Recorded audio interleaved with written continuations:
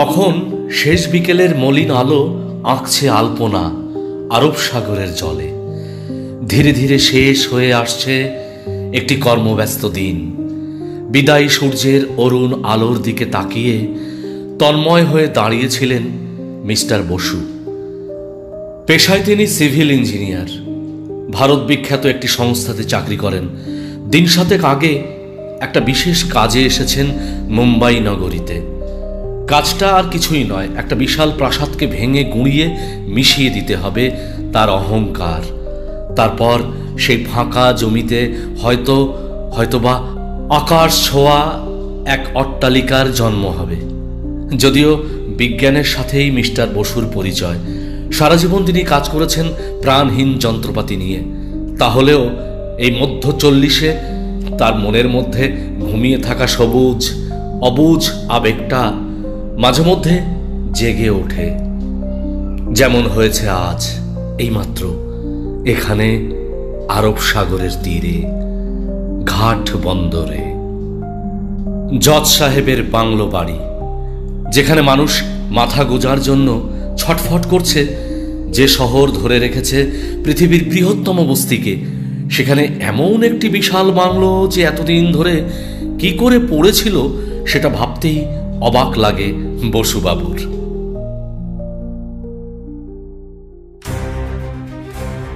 বন্ধুরা, আশা করি ভালো আছেন। ভয়ে ভয়ঙ্কর চ্যানেলের পক্ষ থেকে আপনাদের সকলকে জানাই আন্তরিক প্রীতি এবং শুভেচ্ছা। আজকে আমরা পৌঁছে গেলাম 200 দিনে। এজন্য আপনাদের অজস্র অভিনন্দন, কারণ আপনাদের শুভেচ্ছাকে ভর করেই এগিয়ে চলেছি আমরা। এবারে আসা যাক আজকের পরিবেশনায়। শ্রেয়া, নাও শুরু করো। নমস্কার বন্ধুরা, আমি শ্রেয়া। আপনারা শুনছেন ভয়ে ভয়ঙ্কর ইউটিউব চ্যানেলের স্যাটারডে ডেস্কের অনুষ্ঠান। আজ পরিবেশিত হচ্ছে গল্প জজ সাহেবের ভূত বাংলো, রচনা মঞ্জিল সেন, কণ্ঠপ্রয়োগে মৃণাল দেবনাথ ও আমি শ্রেয়া বন্দ্যোপাধ্যায়, এফেক্ট মিউজিক দীপরাজ। শুনতে থাকুন আজকের আমাদের গল্প জজ সাহেবের ভূত বাংলো।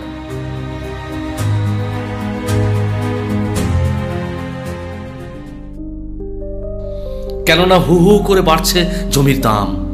বিশ্বের নানা প্রান্ত থেকে ধনী আর বিলাসী মানুষের ঢল নেমেছে রাত নগরী মুম্বাইতে।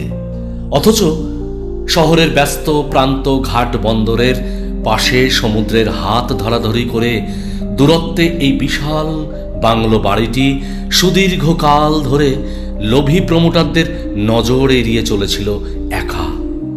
যখন প্রথম এই জজ সাহেবের বাংলো বাড়িতে ঢুকেছিলেন অনিন্দ্য বসু, তখনও এমন একটি বিদায়ী সূর্যের অস্তরেখা আঁকা হচ্ছিল পশ্চিম আকাশের বুকে। তার হৃদস্পন্দন স্তব্ধ হয়ে গিয়েছিল। এখনো গথিক সৌন্দর্যের শেষ চিহ্নটুকু ধরা আছে দেখে। বিশাল বাগান, বাগান বললে বোধহয় শব্দটাকে অপমান করা হবে। এখানে ওখানে আগাছার জঙ্গল, ঝোপে ঝাড়ে সমাকীর্ণ। কিন্তু কল্পনার পাতায় ভর রেখে যদি আমরা পৌঁছে যেতাম 100 বছর আগের পৃথিবীতে, তাহলে দেখতাম এই উদ্যান পরিচর্যার জন্যেই আছে 6 জন মালির দল। যাক সে কথা, অতীত তো কবেই হারিয়ে গেছে, তাকে আর জাগিয়ে তুলে লাভ কি? কিন্তু অনিন্দ্য বসু কেন এমন তন্ময় হয়ে তাকিয়ে আছেন মেঘের খেলার দিকে? তার হাতে ধরা একটি হলুদ কাগজ। কি লেখা আছে সেই কাগজে?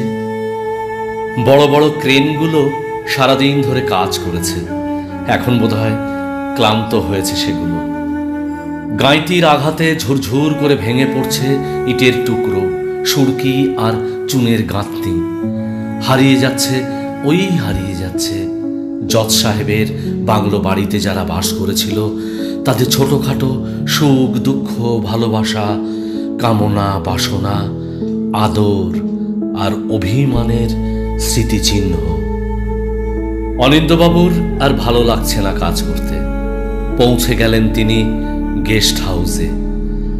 শহরে মোটামুটি নির্জন প্রান্তে তার কোম্পানির গেস্ট হাউস। মনের মধ্যে একটা ভীষণ উত্তেজনার স্রোত প্রবাহিত হচ্ছিল অনেক দিন ধরে।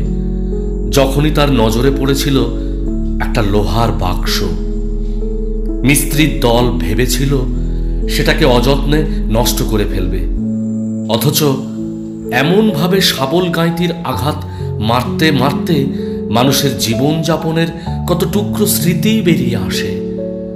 অনিন্দবাবু পারেননি। কি একটা অদম্য কৌতূহল এসে দাঁড়িয়েছিল তার মনের দরজাতে। মনে হয়েছিল তার ওই বাক্সের মধ্যে এমন কিছু আছে যার বুকে লেখা আছে হারানো পৃথিবীর ইতিহাস। সহস্তে সেটা খুলেছিলেন তিনি অনেক কষ্ট করে, বলা যেতে পারে ডালা ভেঙে। কি ছিল সেখানে? দীর্ঘদিন ধরে যে লড়াই করেছে সময়ের সাথে, সেই বিবর্ণ হলুদ একটি কাগজের পাতা। তাতে লেখা আছে মেয়েলি ছাঁচে একটি চিঠি। তারিখটা দেখে চমকে উঠলেন তিনি। 18ই মে 1900। তার মানে এটা কি একটি কাকতালীয় ব্যাপার? কেননা ঠিক 100 বছর পরে তার হাতে এলো এই চিঠিখানা। এটি পড়ার মতো মন বা মানসিকতা তখন ছিল না তার। চারিদিকে লেবারদের গলার আওয়াজ, যন্ত্রগুলো শব্দ করছে ভীষণ। কোথাও বা গ্যাস কাটার দিয়ে কেটে ফেলা হচ্ছে লোহার শেষতম বন্ধনকে, কোথাও বিশাল আকারের ফ্রেমগুলো পিষে ফেলছে বালি, ইট, সুরকি আর চুনের আস্তরণ। মনে হচ্ছে বাংলো জুড়ে যেন শুরু হয়ে গেছে ময়দানবের কাণ্ড কারখানা। গেস্ট হাউসে একটু শান্ত হয়ে অনিন্দ বসু চোখ মেলে দিলেন ওই বিবর্ণ পত্রখানির দিকে। 18ই মে 1900। হ্যাঁ, ঠিক 100 বছর আগে লেখা সেই চিঠি। রোজি নামে কোনো এক মেয়ের লেখা সেই চিঠি, তার কোনো এক প্রিয়তমাকে উদ্দেশ্য করে। প্রিয়তমার নাম লেখা রয়েছে ক্যারোলিনা। পড়তে লাগলেন অনিন্দ বসু সেই চিঠিখানি। প্রিয়তমা ক্যারোলিনা, কদিন ধরে ভাবছি তোকে একটা চিঠি দেব। মনটা খুব একটা ভালো নেই রে। যখন ছাড়াছাড়ি হয়ে গেল তোর সাথে, কতদিন হবে বলতো? 1 বছর হলো কি? তখন থেকেই আমি কেমন একলা হয়ে গেছি। তুই তো জানিস কেন্টে তুই ছিলি আমার সবচেয়ে কাছের বন্ধু। আসলে কারোর সাথে ভালোভাবে মিশতে পারি না আমি, বলতে পারিস ঘরকুনো আর বদ মেজাজি। চিঠিটা হয়তো বেশ বড়ই হবে, সবটা পড়ার ধৈর্য থাকবে তো তোর? আগের চিঠিতে তুই জানতে চেয়েছিস ইন্ডিয়াতে কেমন সময় কাটছে আমার। সত্যি বলতে কি, যখন বাবা জজ সাহেবের চাকরি নিয়ে পা রেখেছিলেন বোম্বেতে, জাহাজ খাটায় নেমেই মনটা ভীষণ খারাপ হয়ে গিয়েছিল আমার। কোথায় কেন্ট আর কোথায় বোম্বে? ইন্ডিয়া সম্পর্কে যতটুকু ধ্যান ধারণা আমার ছিল, তাতে মনে হয়েছিল এখানকার লোকগুলো ভীষণ বর্বর আর অসভ্য। তারা নাকি জ্যান্ত মানুষের মাথা কড়মড় করে চিবিয়ে খায়, সাপেদের নিয়ে নিশ্চিন্তে ঘুমোয়, ঝাড়ফুঁক করে আর মেয়ে মানুষদের জীবন্ত পুড়িয়ে মারে।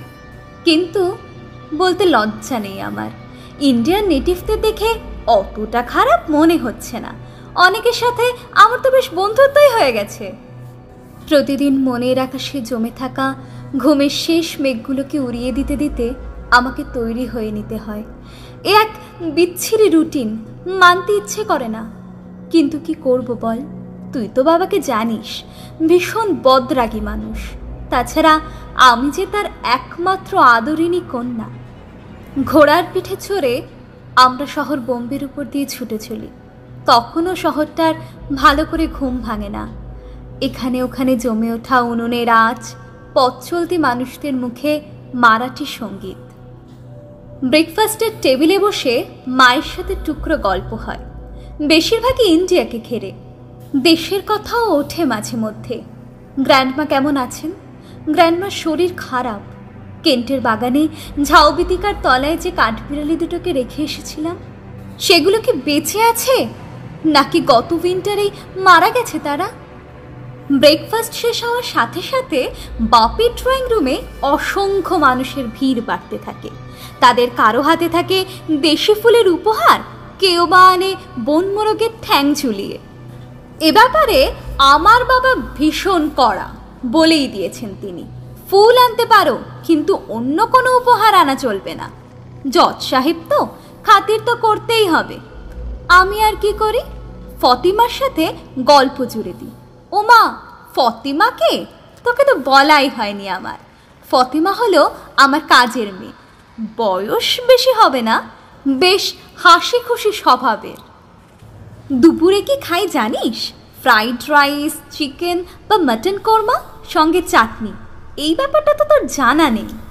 একটু টক, একটু ঝাল, একটু মিষ্টি, সব মিশিয়ে দারুণ ডেলিশিয়াস। তুই যদি কখনো বম্বেতে আসিস, আমি জানি সে সম্ভাবনা কম, তাহলে তোকে অন্তত এই চাটনি খাওয়াবো মনের সুখে। বাপি বেরিয়ে যান আটঘোড়ার ব্রুহাম গাড়ি চেপে। সেদিকে কিছুক্ষণ একভাবে তাকিয়ে থাকি আমি, আর তারপরেই মাঝ দুপুরের ক্লান্তি এসে আচ্ছন্ন করে আমাকে।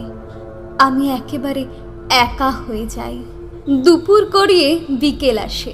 দীর্ঘ থেকে দীর্ঘতর হয় আকাশ ছোঁয়া গাছেদের ছায়াগুলো। কোথা থেকে ডেকে ওঠে কোনো একটা নাম না জানা পাখি। আমি বুঝতে পারি বাপির আসার সময় হয়েছে। মাঝে মাঝে আবার ফতেমাকে সঙ্গে নিয়ে বেড়াতে বেরোই আমি। বেশি দূর যাওয়ার অনুমতি তো থাকে না। কদিন আগে ঘুরতে ঘুরতে চলে গিয়েছিলাম জোহরি বাজারে। জায়গাটা ভীষণ ঘিঞ্জি, দেশলাইয়ের বাক্সের মতো পাশাপাশি সাজানো রয়েছে সব ঘর। সেখানে শ্যাকরারা তৈরি করছে নানা ধরনের গয়না। অ্যাসিডের গন্ধে বাতাস ভারী হয়ে উঠেছে। সেখানে একটা আশ্চর্য অভিজ্ঞতা হয়েছিল জানিস আমার। এখন লিখছি তো, সমস্ত গায়ে যেন কাঁটা দিয়ে উঠছে। আসছিলাম পথে ফতেমাকে সঙ্গে নিয়ে। মনের মধ্যে নানা চিন্তার ভিড় হয়েছিল। হঠাৎ দেখি ইয়া লম্বা চওড়া একটা মানুষ এসে পথ আটকালো আমাদের। তার সাদা দাড়ি, সাদা চুল, চোখ দুটো জলজল করছে। হাঁটু পর্যন্ত লুটানো টকটকে লাল চোপ্পা, গলাতে নানা ধরনের পাথরের মালা। লোকটা কে? ফতিমা বলল, দিদিমণি, লোকটাকে চটিও না, ও কোথায় কিছু পয়সা চাইছে, দিয়ে দাও। লোকটা কে? আমি জানতে চাইলাম। ফতিমা তার সমস্ত শরীরের মধ্যে একটা আশ্চর্য বিস্ময়ের ঢেউ তুলে বলল, উনি হলেন এখানকার খুব নাম করা কাজী। ভূত, ভবিষ্যৎ, বর্তমান সবকিছু গড়গড় করে বলে দিতে পারে। শুনে আমার ভারী কৌতূহল হয়েছিল। ইন্ডিয়া সম্পর্কে এত কথা শুনেছিলাম যে আমি আর নিজেকে ঠিক রাখতে পারিনি। আমি আধা হিন্দিতে বলেছিলাম, শুনেছি আপনি নাকি সব কিছু বলে দিতে পারেন। তাহলে বলতে পারবেন এখন আমার বন্ধু ক্যারোলিন কি করছে? লোকটা তাকিয়েছিল আমার মুখের দিকে। ওই রকম চাউনি আমি কারোর চোখে দেখিনি, বিশ্বাস কর। মনে হয়েছিল লোকটা যেন আমার হৃদয়ের গভীরে কি লেখা আছে তা পড়তে পারছে। একটু বাদে হাসি ফুটে উঠল তার শুকনো কালচে ঠোঁটে। সে বলল, আচ্ছা, আমার কথা বিশ্বাস হচ্ছে না বুঝি? দেখাচ্ছি আমার খেল। তারপর ঠক করে একটা চকচকে লাল পাথর গিলে ফেললো মুখের মধ্যে। আমি তো ভয় কাঠ, গলায় আটকে মরে যাবে নাকি। কিছুক্ষণ চুপচাপ বসে রইল পথের ওপর। তারপর ফিসফাস করে কথা বলতে লাগলো। মনে হলো যেন বহু দূরের ওপার থেকে ভেসে আসছে তার কণ্ঠস্বর। লোকটা বলেছিল, আপনার বান্ধবী এখন ব্যস্ত আছেন আপনাকে চিঠি লিখতে। কি আশ্চর্য! তোর পরে যে চিঠিটা আমার হাতে এসেছিল তাতে যে সময় লেখা আছে তার সাথে লোকটার বলার সময় একদম মিলে গেছিল জানিস। সেই থেকে ইন্ডিয়ার এইসব সাধু সন্ন্যাসীদের ওপর আমার বিশ্বাসের মাত্রাটা একটু বেড়েই গেছে রে। আজ সন্ধ্যাতে হয়তো আমরা কোনো এক কার্নিভাল হলে যাব। মিসেস লির কাছে গিয়ে পিয়ানোতে শুনব কোনো নতুন সুর। বাপি আসেন, খিদমতকারীরা এগিয়ে আসে। ওসমান কুর্নিশ করে সামনে এসে দাঁড়ায়। আজ বিকেলের খানা তৈরি করেছে সে, অতএব এক্ষুনি যেতে হবে ডাইনিং টেবিলে। আবার সেই খাবার আসো। ওয়ালনাট টেবিলের ওপর পাতা রয়েছে ইরানি রেকাবি, সেখানে সাজানো মাংসের কিমা দিয়ে তখনও ধোঁয়া উঠছে, তার সাথে ফুলকো লুচি অথবা তিনকোনা পরোটা। খেতে খেতে কত যে গল্প হয় আমাদের মধ্যে। মা তো একটু গম্ভীর প্রকৃতির, খুব একটা কথা বলে না, কিন্তু বাপি অনর্গল বলেই চলে। আজ আদালতে কি হয়েছে, কোন আসামি যাবজ্জীবন কারাদণ্ড হলো, কোন লয়ার দারুণ সওয়াল করেছে, এই সব আর কি। সন্ধ্যায় আটখোরার ব্রুহাম গাড়ি ছুটিয়ে আমরা চলে যাই শহরের উপকণ্ঠে, মহাদেবী অথবা মাতুঙ্গার দিকে।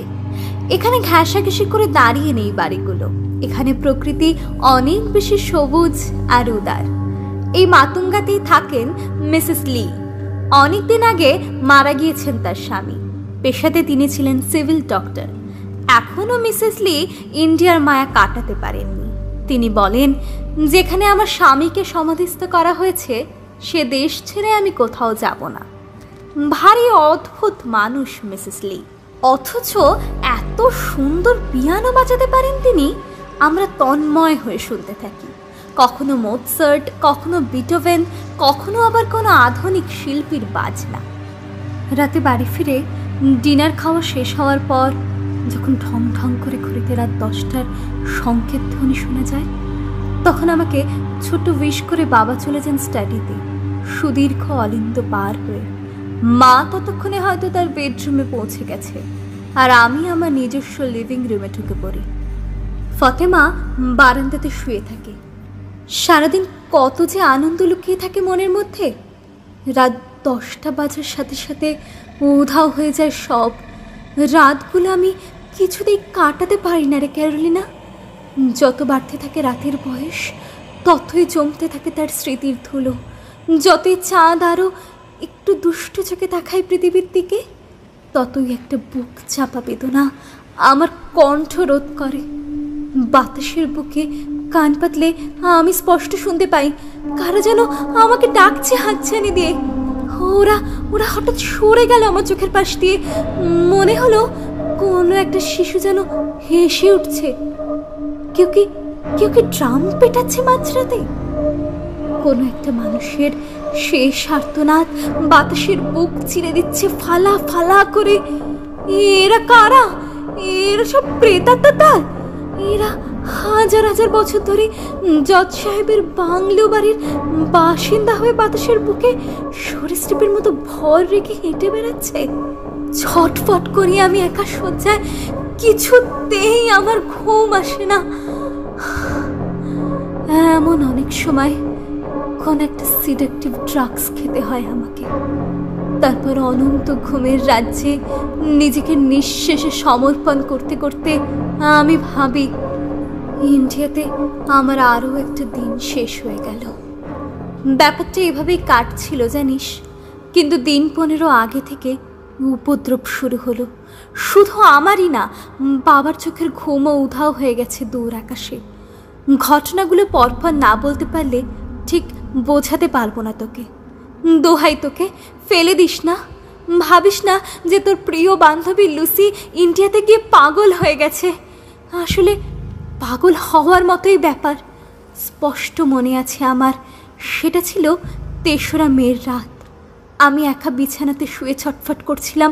হঠাৎ একটা সুন্দর আতরের গন্ধ এসে আমার সমস্ত শরীরকে আচ্ছন্ন করে দিল। কোথা থেকে আসছে এই অপূর্ব সৌরভ? আমি শুয়ে থাকতে পারলাম না। ঘুম ভাঙা চোখে ফতেমা এসে দাঁড়ায় আমার পাশে। ভাঙা ভাঙা হিন্দিতে তাকে বললাম সব কিছু।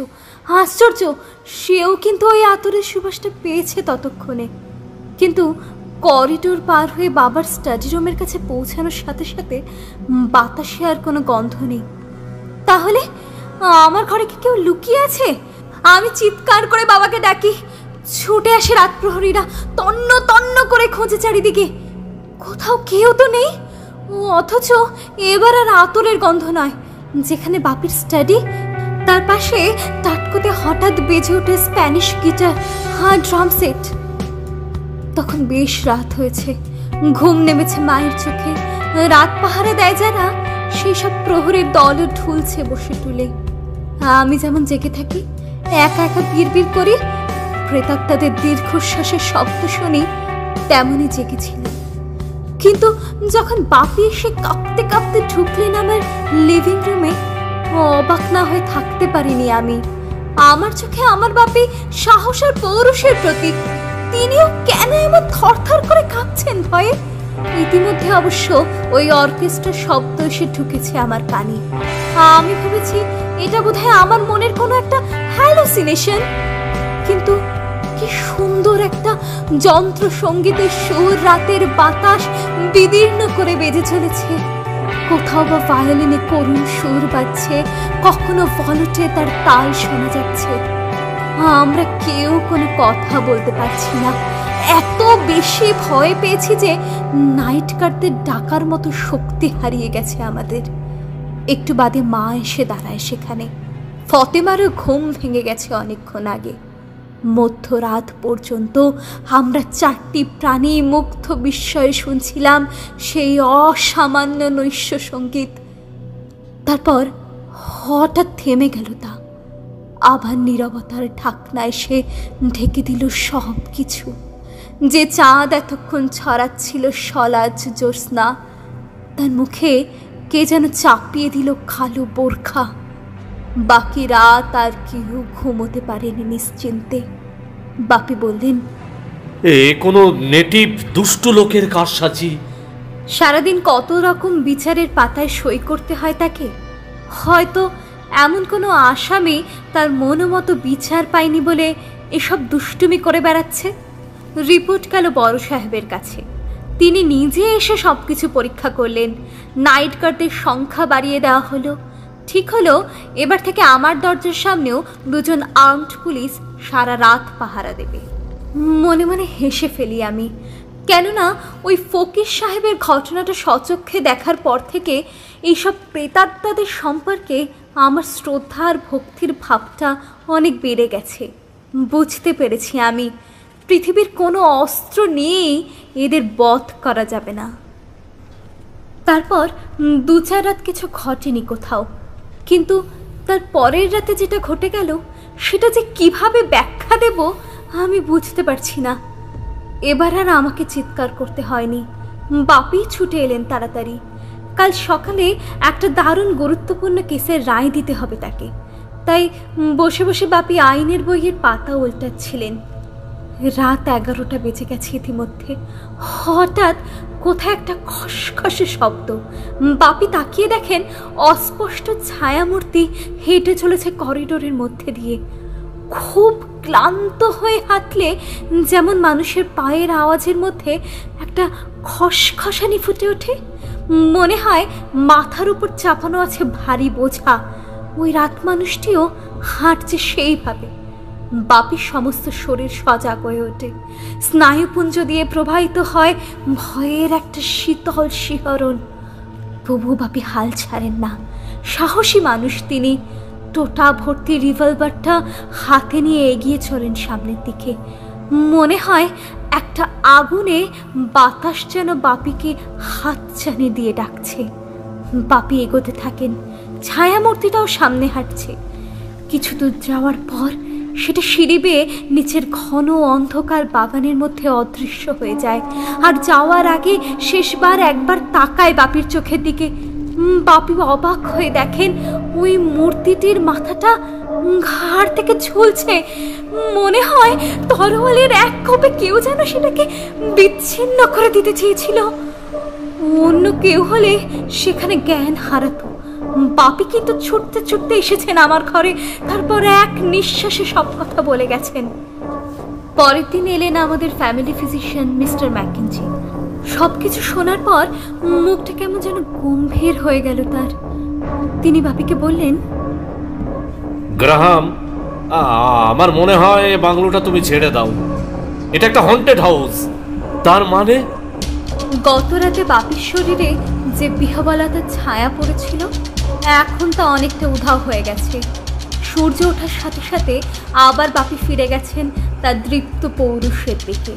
মুখে একটা তাচ্ছিল্যের ভাব এনে বাপি বললেন, আমরা পশ্চিম দেশের মানুষ। ইন্ডিয়ার এসব ভূত প্রেতে কি বিশ্বাস করা আমাদের সাজে ডক্টর ম্যাকেঞ্জি? তাছাড়া তাছাড়া আমি একজন জজ সাহেব, আমার বিচারের ওপর কত মানুষের ভাগ্য নির্ধারিত হয়, আর আমি কিনা ভূতের ভয়ে বাংলো ছেড়ে পালাবো? নেভার নেভার, তা কখনোই হতে পারে না, পারে না। ডক্টর ম্যাকেঞ্জি অভিজ্ঞ মানুষ। বোম্বেতে যেসব ইউরোপিয়ানরা প্রথম এসেছিলেন তিনি তাদের মধ্যে একজন। তিনি বুঝতে পারলেন বাপি যেরকম জেদি স্বভাবের মানুষ, কিছুতেই তার কথা রাখবেন না। তবুও দেখলাম নিষ্ফল আক্রোশে ডক্টর ম্যাকেঞ্জি তার মাথা দোলাচ্ছেন আর বিড়বিড় করে বলছেন,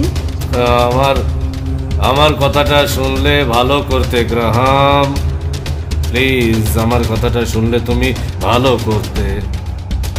সে রাতে আমরা সবাই জেগে কাটিয়ে দিলাম। বুলেট ভর্তি বন্দুক হাতে নিয়ে পাহারায় ছিল নাইট গার্ডদের দল। কিছু ঘটেনি সে রাতে। ভোর হওয়ার সাথে সাথে বাপি বললেন, দেখলি তো লুসি, বেটা বদমাইশের দল ভয়ে পালিয়ে গেছে।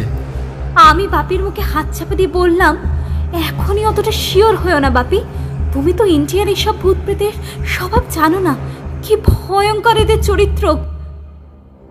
দিন কাটতে থাকে ক্যার্নিভাল, পার্টি আর পিয়ানো বাজনা শুনে। সকালে আরবি ঘোড়ায় সওয়ার হয়ে সমুদ্রের সাথে ভাব ভালোবাসা করে। এবার বোধহয় আমি টার্গেট হতে চলেছি, এই কথাটাই বারবার মনে হচ্ছে আমার। হলেও তাই, এবার আর মাঝরাতে কোনো অস্পষ্ট ছায়ামূর্তি নয়, আমি স্পষ্ট শুনতে পেলাম একটা যুবতী রমণীর খিলখিলে হাসি। তারপর আমার এই লিভিং রুমের হ্যাঙ্গারে টাঙানো আছে দেখলাম তরুণীর রাত পোশাক। ব্যাপারটা এতখানি ভয়ঙ্কর যে কাটিয়ে দিয়েছিল আমার মন। বাপির নাম ধরে চিৎকার করে ডাকতে ডাকতে আমি অজ্ঞান হয়ে পড়ে গিয়েছিলাম আমার খাটের উপর। বাপি এসেও দেখেছিলেন সেই রাত পোশাক ঝুলছে, আর তার সাথে মিলে মিশিয়ে আছে ওই হারানো আতরের সুবাস, যা একদিন ভরিয়ে দিয়েছিল জজ সাহেবের বাংলো বাড়ির রাতের বাতাস। এবার বুঝি আর এখানে থাকা যাচ্ছে না, কিন্তু বাপি শেষ পর্যন্ত দেখতে চাইছেন সবকিছু। বাপির এখনো বিশ্বাস কোনো দুষ্টু লোকের দল ইচ্ছে করে এমন কারসাজি করছে। তারাই বোধহয় রাতের অন্ধকারে পাঁচিল টপকে ঢুকে পড়ে বাড়ির বাগানে, আর কোনোভাবে উঠে এসে হ্যাঙ্গারে মেয়েদের রাত পোশাক ঝুলিয়ে দিয়ে চলে যায় চোখের আড়ালে। জানিস ক্যারোলিনা, সেই রাত থেকেই মনে হয়েছিল আমার, যদি বাপি ছুটি নিয়ে কয়েক মাসের জন্য কেন্টে ঘুরে আসে তাহলে বোধহয় ভালো হয়। আগে শুধু অন্ধকারেই প্রেতাত্মাদের ফিসফিসানি কণ্ঠস্বর শুনতে পেতাম আমি। ধীরে ধীরে বাড়তে থাকে তার সময়সীমা, কারণে অকারণে ওসব মৃত আত্মারা এসে আমার চোখের সামনে দাঁড়ায় সারিবদ্ধভাবে। তাদের কারো চোখে শত শতাব্দীর বিষণ্ণতা, কারোর মুখে হতাশার ছায়া কাঁপছে। দুপুরে আমি ছটফট করি, ফতিমার সঙ্গে গল্প করতেও ইচ্ছা হয় না আর আমার। ডক্টর ম্যাকেঞ্জি নারী পরীক্ষা করে বললেন আমার নাকি অ্যানিমিয়া হয়েছে। বিশ্বাস কর ক্যারোলিনা, বাড়িতে তিনজন কুক, তা সত্ত্বেও আমার শরীর থেকে রক্ত উধাও হয়ে যাচ্ছে। আসলে সারা রাত তো ঘুম আসে না, কেমন করে বাঁচবো আমি বলতো? ক্যারোলিনা, তোকে একটা কথা জানাই, তুই তো আমার সবচেয়ে কাছের বান্ধবী, তাই ভরসা করে তোকেই বলছি। 3-4 দিন আগে থেকে মাঝরাতে একটা আশ্চর্য বাজনার শব্দ আমাকে আচ্ছন্ন করে দেয়। মনে হয় কে যেন করুণ সুরে বেহালা বাজাচ্ছে। আমি উঠে পড়ি, রাত পোশাকের ফাঁস পেতে নিই, তারপর ধীরে ধীরে পা রাখি করিডোরে। এখন আমার মনের মধ্যে আর কোনো ভয় বাসা বাঁধে না। এখন আমার চোখের তারায় কোনো শঙ্কা খেলা করে না। এখন আমি এক ছায়াচারিণীর মতো ওই ভায়োলিনের শব্দটাকে অনুসরণ করি। বেশ বুঝতে পারি যেখানে শেষ হয়ে গেছে লম্বা করিডোর, সিঁড়ি পার হয়ে বেসমেন্টের কোথাও বসে সেই রাত মানুষটি বাজাচ্ছে তার বেহালাতে প্রাণ আকুল করা সুর। সুরকে যে এত সুন্দরভাবে সাজানো যেতে পারে, সে সুর আমাদের জীবনের সমস্ত কান্নাকে ধরে রাখতে পারে, আগে জানতাম না আমি।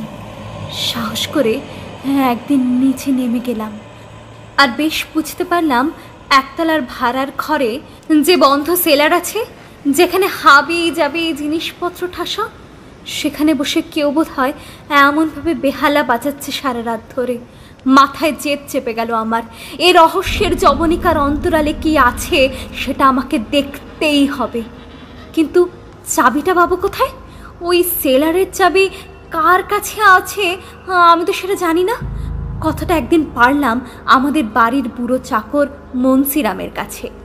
আমার মুখ থেকে এই কথাগুলো যেই ঠিকরে বেরিয়ে এসেছে, অমনি রাম রাম বলে মাথায় হাত মনসিরামের, আর বলল, দিদিমণি, তুমি কখনো ওই ঘরটা খোলার চেষ্টা করো না, ওখানে ওখানে জিনিসদের বসবাস। জেদটা আমার বেড়ে গেল আরও। দিনের বেলায় ঘরটা পরীক্ষা করলাম। ভাঙা দরজা, লোহার কবজাতে জোর নেই, জোরে ধাক্কা দিলে হয়তো হুড়মুড় করে ভেঙে পড়বে। কিন্তু আমি একা কি পারবো এত সব করতে? টাকার লোভ দেখিয়ে বশ করব ফতিমাকে? এসব ভাবতে ভাবতে দিন কাটছে জানিস। তারপর অনেক ভেবে ঠিক করেছি, আজ তো 18ই মে, আজ রাতেই আমাকে ওই অভিযানটা শেষ করতে হবে। বেহালা যে বাজায় তার সাথে দেখা না হওয়া পর্যন্ত আমার চোখে আর ঘুম আসবে না। ফতিমা আমার সঙ্গে থাকবে, দুজনে ধাক্কা দিয়ে দরজাগুলো ভেঙে ফেলতেই হবে। আজ এখানেই শেষ করি রে। তোর জন্যে অনেক আদর আর ভালোবাসা। যদি যদি কখনো ছুটিতে তোর সাথে দেখা হয়, তাহলে তোকে কি দেব জানিস? আমার সোনালি চুলের গোছা অনেকখানি কেটে রেখেছি, তোকেই দিয়ে আসব। যখন আমার সাথে দেখা হবে না, মনটা ভীষণ খারাপ লাগবে তোর, তখন তুই আমার চুলের দিকে তাকিয়ে তাকিয়ে আমার কথা ভাববি, কেমন? ইতি, তোর আদরের রোজি। চিঠিখানা এখানেই শেষ। অনিন্দ বসু বেশ কিছুক্ষণ খাড়া হয়ে বসে রইলেন গেস্ট হাউসের চেয়ারে। রাত হয়েছে। রুম বয় এসে কখন ডিনার সার্ভ করে দিয়ে গেছেন তিনি খেয়াল করেননি। আজ রাত তিনি জানেন কাটবে তার নিধারা। কেননা এই রহস্যটার শেষে কি আছে জানতেই হবে তাকে। সত্যি সত্যি কি জজ সাহেবের বাংলো বাড়িতে মধ্যরাতে করুণ রাগিনীতে বেজে উঠত একটা বেহালা? কি হয়েছিল রোজির? সে কি বন্ধ ঘরের আড়ালের উৎস জানতে পেরেছিল? ছটফট করতে থাকেন অনিন্দ বসু। রাত কেটে সকাল এসে হামাগুড়ি দেয়। আজ একটু তাড়াতাড়ি কাজে যাবেন তিনি। 9টার মধ্যে হাজির হন সাইটে। তখন সবেমাত্র সুপারভাইজাররা আসতে শুরু করেছে, লেবারদের কাজ এখনো শুরু হয়নি। আজকেই এই বাংলো বাড়ির শেষ চিহ্নটুকু ধুলোর মধ্যে মিশিয়ে দেওয়া হবে। সেদিকে একবার তাকিয়ে রইলেন মিস্টার বসু। কিন্তু কার কাছে জবাব খুঁজবেন তিনি? সেদিনের কোনো প্রত্যক্ষদর্শী কি আজও বেঁচে আছে? তা কি করে সম্ভব? 100 বছর আগের ঘটনা। ভাবতে ভাবতে একটা অদ্ভুত অসহায়তা এসে আঁকড়ে ধরে তাকে। পায়চারি করতে থাকেন তিনি। সহসা তার নজরে পড়ে একজন বৃদ্ধ মানুষ। তামাটে চেহারা, বয়সের ছাপ আছে শরীরের সর্বত্র। মাথায় হর্সম্যানদের মতো চওড়া টুপি। বৃদ্ধ মানুষটি অনেকক্ষণ অপলক হয়ে তাকিয়ে আছেন জজ সাহেবের বাংলো বাড়ির ভেঙে পড়া ধ্বংসাবশেষের দিকে। অনিন্দবাবুর মনে হলো এ মানুষটির কাছ থেকে হয়তো অনেক রহস্যের ঠিকানার সন্ধান পাবেন তিনি। পায়ে পায়ে তিনি এগিয়ে গেলেন ওই ভদ্রলোকের কাছে। নিজের পরিচয় দিলেন। দেখলেন ভদ্রলোকের দুটি চোখে একটা বিষণ্ণতার ছায়া। পরিষ্কার ইংরেজিতে তিনি নিজের পরিচয় জানালেন। আমি হলাম ডক্টর ম্যাকেঞ্জি। 4 পুরুষ ধরে ডাক্তারি পেশাতে আত্মনিয়োগ করে আসছি। আমার ঠাকুরদার বাবা জন ম্যাকেঞ্জি ইংল্যান্ড থেকে প্রথম পা রেখেছিলেন এই ইন্ডিয়াতে। মুম্বাই শহরে তিনি প্র্যাকটিস শুরু করেন। অনিন্দ বসু বুঝতে পারলেন ওর সাথে এখন বেশ কিছুটা সময় কাটাতে হবে তাকে। ডক্টর ম্যাকেঞ্জিকে সাইট অফিসে নিয়ে গেলেন। বেয়ারাকে বললেন 2 কাপ কফি আনতে। তারপর ধীরে ধীরে তার ওই চিঠিখানার কথা জানালেন ডক্টর ম্যাকেঞ্জিকে। এতক্ষণ যে চোখের মধ্যে একটা নিস্পৃহতার ছাপ ছিল, সহসা জ্বলে উঠল তা কৌতূহলে। চিঠিখানা দেখতে চাইলেন ডক্টর ম্যাকেঞ্জি। পকেটে সযত্নে সেটা রাখা ছিল অনিন্দ বসুর। চিঠিখানা তিনি দিয়ে দিলেন ম্যাকেঞ্জির হাতে। Mackenzie pipe ধরালেন। মৃদুমন্দ ধোঁয়া ছাড়তে ছাড়তে ডুবে গেলেন চিঠির আখরের মধ্যে। অনেকক্ষণ বাদে তন্দ্রা ভেঙে গেল তার। তিনি অনিন্দর হাতে চাপ দিয়ে বললেন, মিস্টার বসু, আপনার সঙ্গে দেখা না হলে একটা হারানো অতীত চিরদিন চিরদিন আমার কাছে অবরুদ্ধ থেকে যেত। তার মানে? এবার অবাক হওয়ার পালা অনিন্দ বসুর। ডক্টর ম্যাকেঞ্জি ধোঁয়া ছাড়তে ছাড়তে বলেন, যদিও আমি পেশাতে একজন চিকিৎসক, কিন্তু আমার নেশা হলো বোম্বে শহরের সমস্ত পুরনো ভুতুড়ে বাড়ির উপর গবেষণা করা। এই বাড়িটার সাথে আমার একটা আত্মিক সম্পর্ক রয়ে গেছে। বলি সে কথা, আজ থেকে 100 বছরেরও বেশি আগে আমার ঠাকুরদার বাবা জন ম্যাকেঞ্জি ইংল্যান্ড থেকে ভারতে এসেছিলেন। তিনি ডাক্তারি পাশ করেন লন্ডন থেকে। এখানে এসে প্র্যাকটিস শুরু করেন বোম্বে শহরে। এই বাড়ির শেষ বাসিন্দা গ্রাহাম স্কেইন্সের ফ্যামিলি ফিজিশিয়ান ছিলেন তিনি। ওনার ডায়েরিতে এমন কিছু অদ্ভুত ঘটনার উল্লেখ আছে যা মাঝে মধ্যে আমার মাঝরাতের ঘুম ভাঙিয়ে দেয়। তখন থেকে আমি ভেবে এসেছি সে নিশ্চয়ই এমন কোনো মিসিং লিঙ্কের সন্ধান কোনো দিন পাবো যা আজ এই বাংলো বাড়ি সম্পর্কে শেষ কথা আমাকে শোনাবে। কদিন ধরে এই খবরের কাগজে একটা অকশন নোটিশের মাধ্যমে জানতে পারছিলাম যে এই বাংলো বাড়িটা ভাঙা হচ্ছে, আর এই বর্মা কাঠের দরজা জানালা ইটের টুকরোগুলো সব নিলামে বিক্রি করে দেওয়া হবে। নোটিশটা পড়ার সাথে সাথে বুকের ভেতরটা মোচড় দিয়ে উঠল আমার। ভাবতাম আমি বোধহয় ওই রহস্যের দ্বার আর কোনোদিন উন্মুক্ত হবে না আমার চোখের সামনে। ভগবানকে অশেষ ধন্যবাদ, তিনি আপনার সাথে আমার যোগাযোগ করিয়ে দিলেন আশ্চর্যভাবে। আজ আর সারাদিন কোনো কাজ করবেন না অনিন্দবাবু। এখনই তাকে ডক্টর ম্যাকেঞ্জির বাড়িতে যেতে হবে, আর চোখ রাখতে হবে তার ঠাকুরদার বাবার লেখা ওই ডায়েরির পাতায়। মনের এই অভিপ্রায়টা জানালেন অনিন্দবাবু। মুখে হাসির ইশারা এনে ডক্টর ম্যাকেঞ্জি রাজি হলেন তার এই প্রস্তাবে। মুহূর্তের মধ্যে ছুটে চলল জিপ। আধ ঘন্টার মধ্যে তারা পৌঁছে গেলেন শহরতলিতে ডক্টর ম্যাকেঞ্জির বাংলো বাড়িতে। একটি পুরনো আমলের কাঠের বাড়ি, চারদিকে আইভি লতার ঝোপ। যদিও এখন সেখানে অযত্নের ছাপ, কিন্তু দেখলেই বোঝা যায় যে এক সময় এ বাড়ির মালিকদের মধ্যে শৌখিন রুচিবোধের পরিচয় ছিল। বসার ঘরে অনিন্দবাবুকে বসতে দিলেন ডক্টর ম্যাকেঞ্জি। একটু বাদে ফিরে এলেন একটা জীর্ণ ডায়েরি হাতে নিয়ে।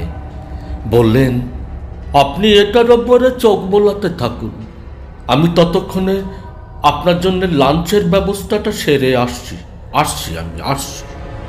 ডক্টর ম্যাকেঞ্জির এ ধরনের আতিথেয়তা দেখে সত্যিই অবাক হতে হলো অনিন্দ বসুকে। কত সহজে ওই মানুষটি হয়ে গেছেন তার আত্মার আত্মীয়।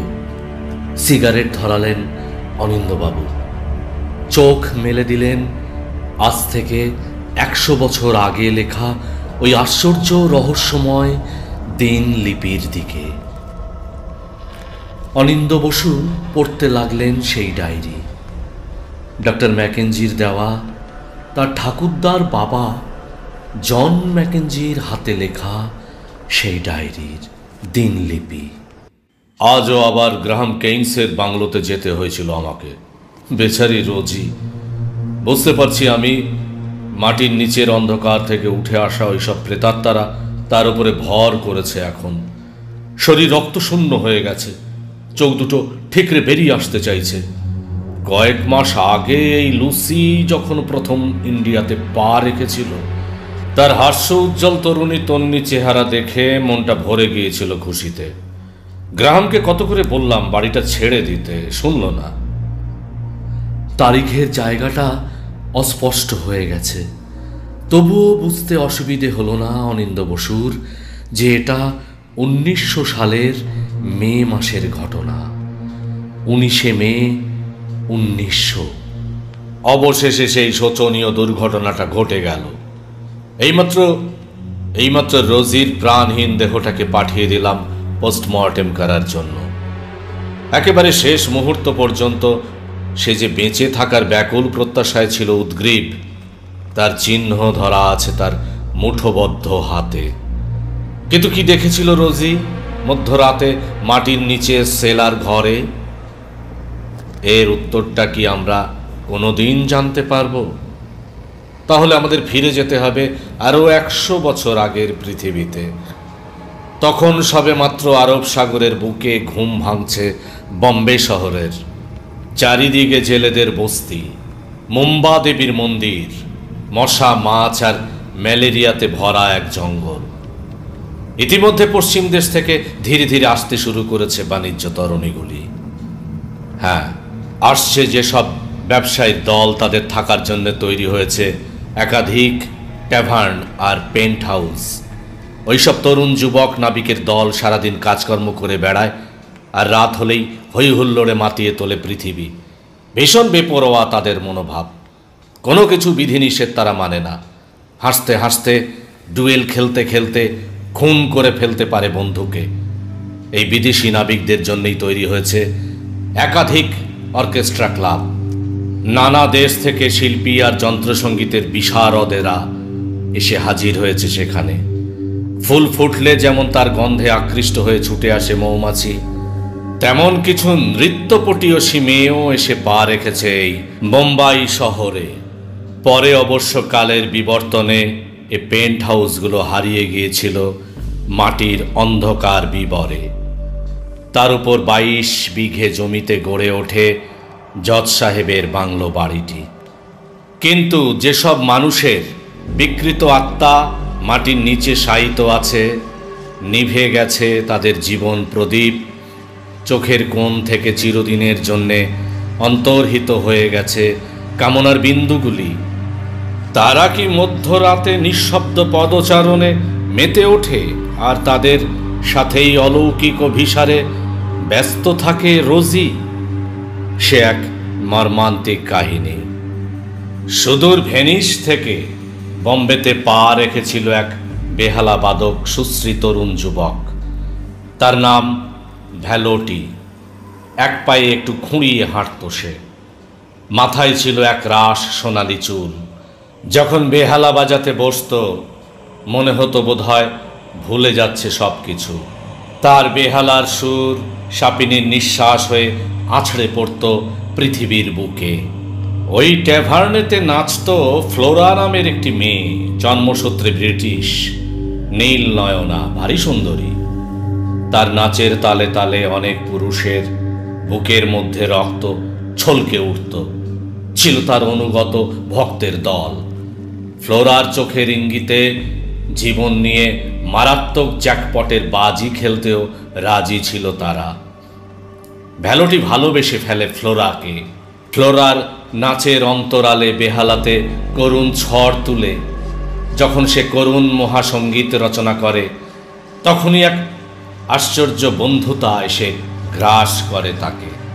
ভ্যালোটি চেয়েছিল ফ্লোরাকে বিয়ে করতে, ট্যাভার্নের হই হুল্লোড়ে ভরা জীবনকে গুড বাই জানিয়ে অন্য কোথাও চলে যেতে।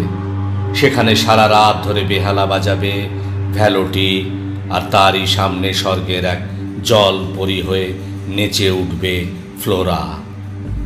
তার ছোট্ট ইচ্ছেটুকু শেষ পর্যন্ত অবশ্য সফল হয়নি।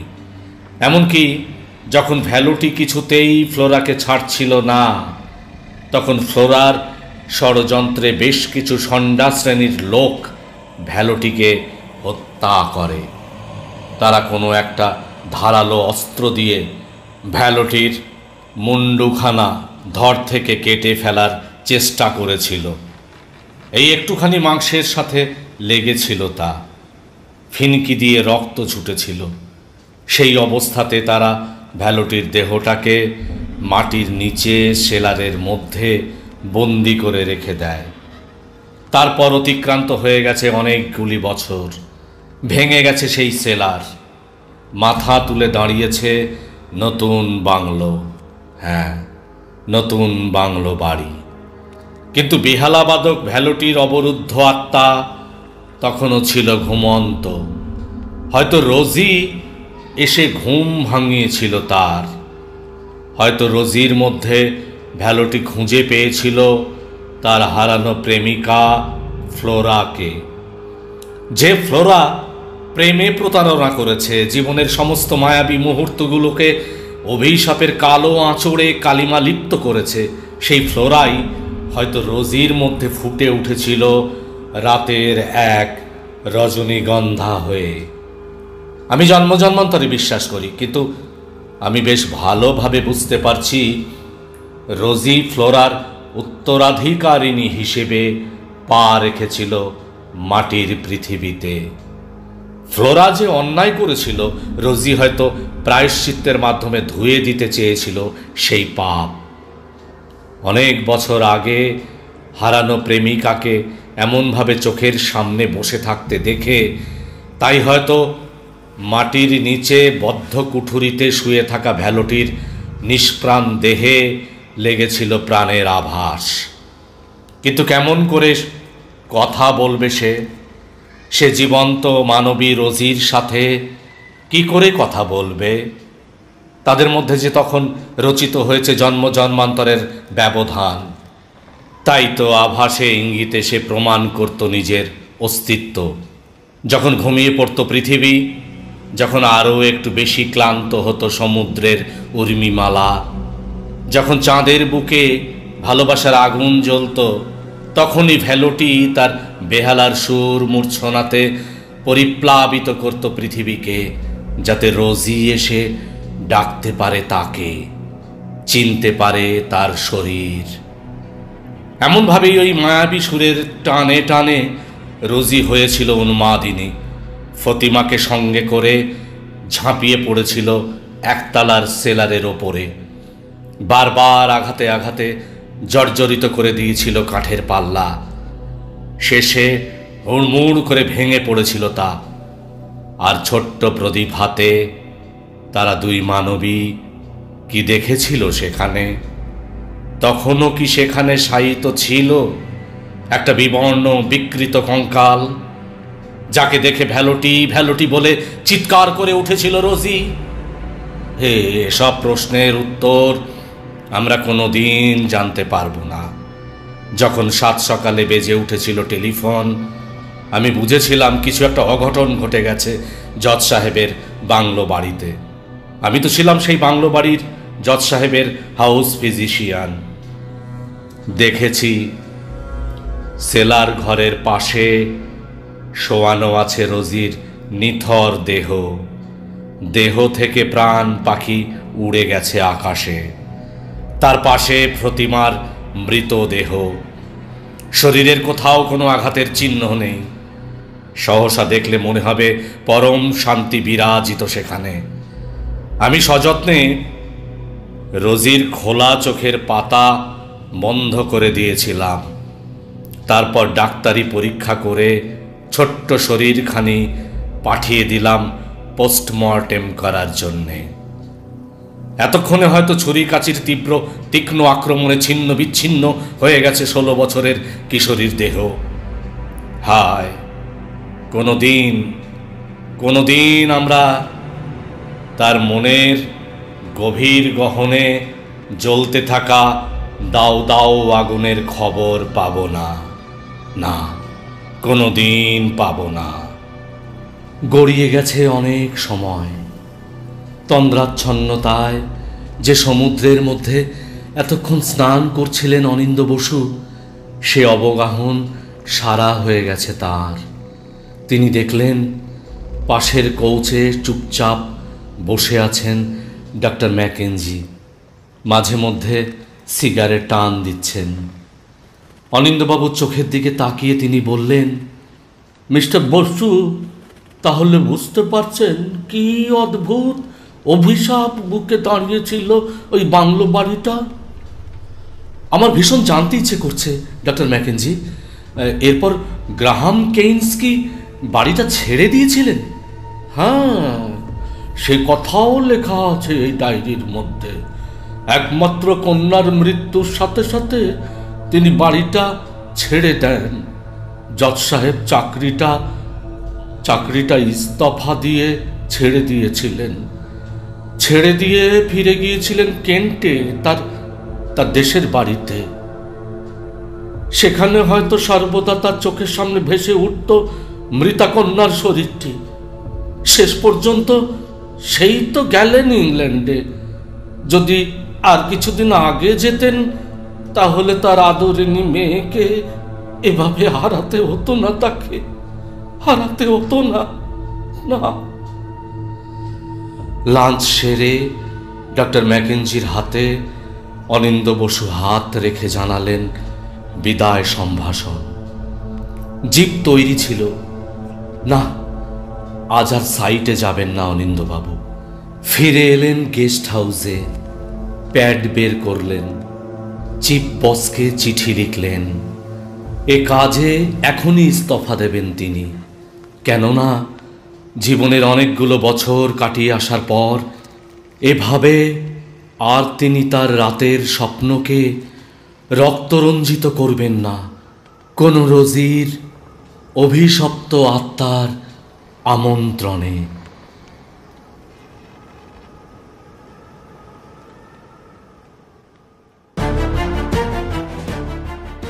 শেষ হলো আজকের আমাদের গল্প জজ সাহেবের ভূত বাংলো। ফিরে আসবো পরের সপ্তাহে রহস্য রোমাঞ্চে ভরা আরও একটি নতুন গল্পের সঙ্গে। সবাই ভালো থাকবেন। ধন্যবাদ।